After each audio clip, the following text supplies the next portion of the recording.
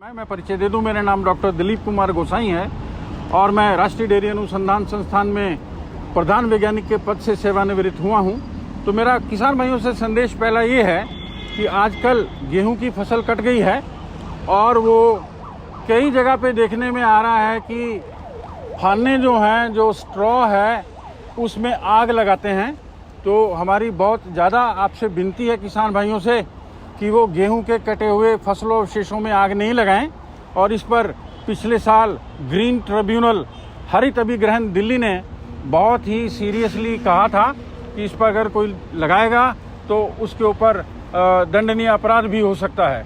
तो हम अनुरोध करते हैं कि किसान भाई मृदा की स्वास्थ्य के लिए आप कृपया खेतों में आग नहीं लगाएं। नंबर 2, आप इस समय अपना खेत तैयार कर सकते हैं और उसमें लगा सकते हैं हरा वाला मूंग। ये पश्चिमी उत्तर प्रदेश में भी लग सकता है, हरियाणा पंजाब में भी लग सकता है। CCS HAU हिसार यूनिवर्सिटी की बहुत अच्छी किस्में हैं, आप उसको लगा सकते हैं। अन्यथा पंजाब कृषि विश्वविद्यालय लुधियाना की भी बहुत अच्छी किस्म है, उसका नाम है SML 668। ये समर मूंग लुधियाना के नाम से है और इसको लगाएंगे अगर, या हरियाणा की किस्मों को लगाएंगे, ये करीबन 62 से 68 दिन के अंदर पक जाएंगी और आपको 1 एकड़ से लगभग 5 क्विंटल की पैदावारी मिलेगी। हरी खाद तो मिलेगी, जिससे भूमि की उर्वरा शक्ति भी बढ़ेगी और साथ ही आपको उससे धन लाभ भी होगा।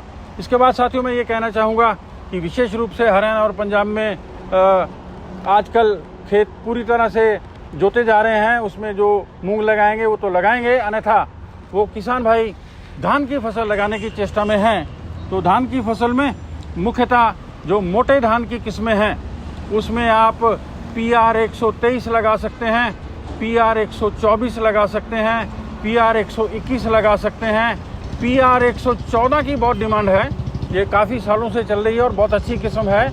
और हाल ही में पिछले साल पंजाब कृषि विश्वविद्यालय लुधियाना ने PR 126 किस्म निकाली थी। ये 90 दिन की है, बहुत कम समय में आपको 32 क्विंटल के आसपास देगी, तो आप इसको भी लगा सकते हैं। और जो बाकी किस्में मैंने बोली हैं वो किस्में 135 दिन में तैयार होंगी और उनसे आप 32 से 35 क्विंटल तक धान की पैदावारी ले सकते हैं। ये मोटे धान वाली किस्में हैं। और अगर डोमिनिक जी हम बात करें सुगंधित बासमती धान की, तो पूरा हरियाणा और पंजाब जो है ये सुगंधित बासमती धान के लिए जाना जाता है। पश्चिमी उत्तर प्रदेश में भी किसान भाई इसको लगाते हैं। तो हरियाणा पंजाब में जो धान है उसमें 11-21 का वर्चस्व रहा है। ये पूसा बासमती भारतीय कृषि अनुसंधान संस्थान नई दिल्ली की किस्म है और इस किस्म को लगाने का प्रचलन कई साल रहा। और जहाँ तक मैं जानता हूँ हमारे देश से जितना भी चावल निर्यात होता है उसमें 70-80% भागीदारिता पूसा बासमती 11-21 की रही। पूसा बासमती 11-21 2003 में रिलीज़ की गई थी और 2013 में इसका प्रारूप रिलीज़ किया गया, उसका नाम है पूसा बासमती 1509। ये कम समय में पकती है। पूसा बासमती 11-21 140 दिन में पकती है। पूसा बासमती 11-21 में पैदावारी आएगी 17-18 कुंटल की, जबकि पूसा बासमती 1509 में पैदावारी आती है 23 कुंटल की। तो किसानों को उससे लाभ भी मिलता है, पानी भी कम लगता है क्योंकि उसमें कम समय अवधि की है।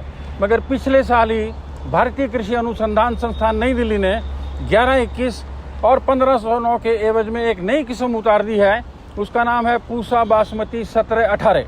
तो पूसा बासमती 17-18 जो है ये पूसा बासमती 11-21 जैसा ही इसका प्रारूप है, बिल्कुल दाना वैसी लंबाई में है, हल्का सा सेंट भी है और इसकी पैदावारी 4 कुंटल कम से कम ज़्यादा आने की संभावना है। और पिछले साल काफ़ी लोगों से हमने ट्रायल भी करवाए और इसको लगाया और इस साल इसका बीज भी बिक रहा है।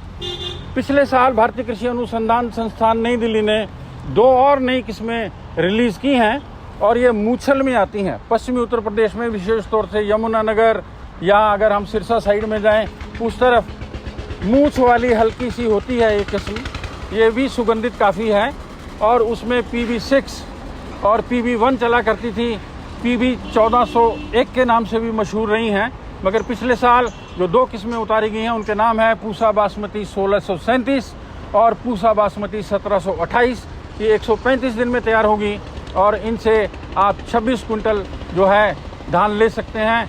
इनकी प्राइस टैग भी बहुत अच्छी है। तो हम किसानों से आग्रह करना चाहेंगे कि वो जल्दी से अच्छे विश्वसनीय स्रोत से कहीं से भी उच्च गुणवत्ता वाला बीज खरीदें और उसको अच्छी तरह से उपचारित करके अपने खेतों में समय से लगाएं ताकि उनको आर्थिक लाभ ज़्यादा हो। आप सबका धन्यवाद। धन्यवाद Dominic, thank you very much. Sir एक प्रश्न था मेरा इस जी। सिलसिले में, धान के सिलसिले में जी कि ये जो नई किस्में हैं जैसे 1509 है, 1718 है, तो क्या इनमें रोग प्रतिरोधक क्षमता भी है उनके बनस्पत? जो भी किस्म भारतीय कृषि अनुसंधान संस्थान नई दिल्ली या पंजाब कृषि विश्वविद्यालय हिसार या CCSHU हिसार या PAU लुधियाना उतारता है, हम वैज्ञानिकों का ध्येय ये होता है कि उन किस्मों में रोग प्रतिरोधता कितनी होगी। किसान पूछता है इसकी पैदावारी में कितनी बढ़ोतरी होगी, मगर वैज्ञानिकों का ये ध्येय रहता है कि इसमें कितने सालों तक लंबा चल सकती है। तो हम आपको विश्वास दिलाते हैं कि जितनी भी नई किस्में हैं उनमें पुरानी किस्मों की तुलना में रोग प्रतिरोधता तो बहुत ज़्यादा है और पैदावारी में भी कुछ हल्की सी ज़्यादा पाएगी। थैंक यू डॉक्टर साहब, थैंक यू वेरी मच। बहुत बहुत शुक्रिया।